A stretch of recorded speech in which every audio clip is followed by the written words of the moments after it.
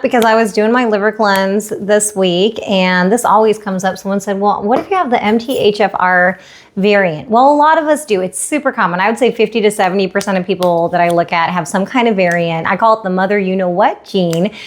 And it's because it does cause a little bit of problems. Here's the thing. If you know about it, this can be a really easy fix. So I'm just going to break it down for you. How does that tie into the liver? How does that tie into the cardiovascular, which is my whole focus, not having a heart attack, not having a stroke, and, rejuvenating retirement. So let's just get into it, because you're like, okay, so I have some kind of MTHFR variant.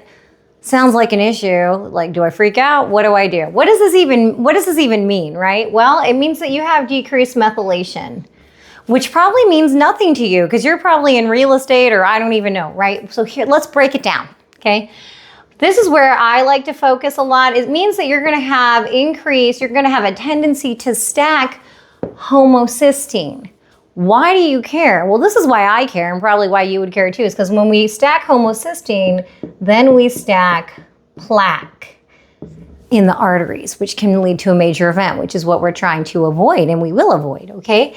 Also, when we stack homocysteine, we see more depression. We all know that's not fun, and anxiety. Lots of other contributors to the plaque, anxiety and depression, right? But we can definitely do something about this one, okay? The other thing is it's going to lower glutathione. Glutathione, that's one of my favorite things in the whole world. It's missing an E. So glutathione is one of my favorite things for the liver. Removes things from the liver. It's a combination of amino acids. It's like the master antioxidant, which just means it's vitamin C's sexier older cousin that you wish would hang out with you, right? So you're going to have less glutathione, not a good thing. More homocysteine, that's causing problems that we don't want to deal with, right? Also, that good old liver who's finally getting some attention, the unsung hero, supercomputer of the body, you're going to have liver detox impairment. So that's not good. And already we're stacking this inflammatory stuff and plaque, and we're having less glutathione, and now we're not detoxing as well, right? So the first thing is you just got to get on a whole foods diet. That's the best way to support your body not being overburdened with chemicals, because a lot of these packaged foods, they have these long paragraphs. We don't even know what 75% of that is that it's saying, right? We should not be eating that. It's putting chemicals into the body. That's going to increase your liver's burden. You're already low on glutathione. Your liver's already backed up, right? So this is what you can start doing. Just eat whole foods.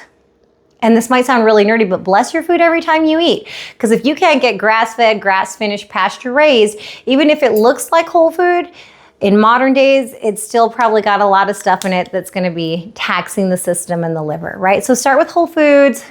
Get off of the 3 meals a day and snacks. It's really overkill, okay? And also, it's going to be raising inflammation. And now we're all getting clued in because we have the internet, right? Inflammation is associated with everything. Cancer, arthritis, autoimmune disease. In my case, we're looking at cardiovascular stuff, high blood pressure, diabetes, right? We do not want to have high inflammation. Inflammation is a normal body response. Like, we're not going to get mad at inflammation for existing, but everything needs to be in balance. That's the issue, right? So the liver, we're going to try to eat more whole foods. We're going to stop eating and grazing all the time because we're not a cow. We're more of a feast and famine kind of creature, right? So over here, let's just add in the glutathione. So we already have an issue with the glutathione here. I like a liposomal glutathione by Quicksilver, just 2 pumps under the tongue, hold it for 20 seconds. When you take glutathione, your skin will look brighter, right? So that's a nice one. So this filter is clogged, the liver's clogged, so then you're going to have more acne, brown spots, just not look as bright. So you'll see right away if you start taking glutathione that you look younger, that you look brighter, that you're reflecting the light off of your face, right? So if you're not ready to get healthy, maybe you're a beauty freak, do it for your face. Then you can get into health. Some people like to take the NAC, that's a glutathione precursor. I never got into that. I just like to go right to the liposomal glutathione. You can find out genetically too if you're a person that needs to take glutathione. I am. And then milk thistle. That's my favorite herb for liver love. So you want to find, if you want to do an herbal support, you want a combination product that definitely has milk thistle in it. Claire with a K, Claire Labs has a great liver support supplement called Hepato, which means liver, Hepato Thera, like therapy, Forte.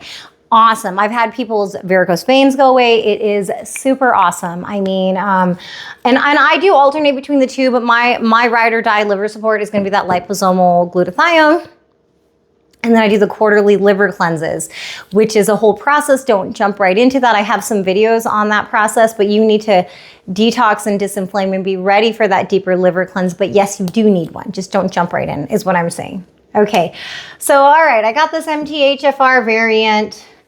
I guess that's a problem with methylation. I don't really know what it means, but it means liver stuff is not as good. I'm more inflamed, and then I'm stacking plaque and maybe having more depression and anxiety, and all this stuff doesn't sound good to me. I've found out things I can do with my diet and supplements I can add in to support my liver. Obviously, guys, if you're drinking alcohol, that's going to tax the liver. So maybe lean into how attached are you to that alcohol. Maybe it's time to just kick it to the curb, you know?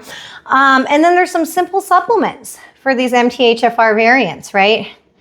A lot of people will say, well, Dr. Mel, I'm taking a B complex vitamin. That's cool. You know, it's definitely cooler than taking nothing, right? And eating a standard American diet. But in this case, we want an active B complex, which means it's like a long word. It's methyl tetrahydrofolate, right? You got to get your magnifying glass out, put your phone, zoom in on it. But it'll say active B complex on the bottle, likely, if it's going to have this in it, right? So just not all B complexes are created equally. Maybe work with a naturopath or a functional medicine doctor. This is going to help us bypass this issue that we're not doing this conversion, right? So it's going to give us what we're missing, where we're getting stopped up at. Then if you can get a combination product, this would be money in the bank, right? With methyl, right? We're having a problem with methylation. If we have methyl B12 in there, that's going to give us more power for this cycle that we want to upregulate, right? Some people don't do well with them, the B vitamins, and it makes them kind of anxiety. That's a different video for a different topic. But notice, because that is some people, right? If you get really angsty from coffee, you might be one of these people. B2 riboflavin, this is going to give us the fuel. So, right, so we're powering this whole thing up. We're getting that methylation in there that we're missing here with the M and the methyl B12.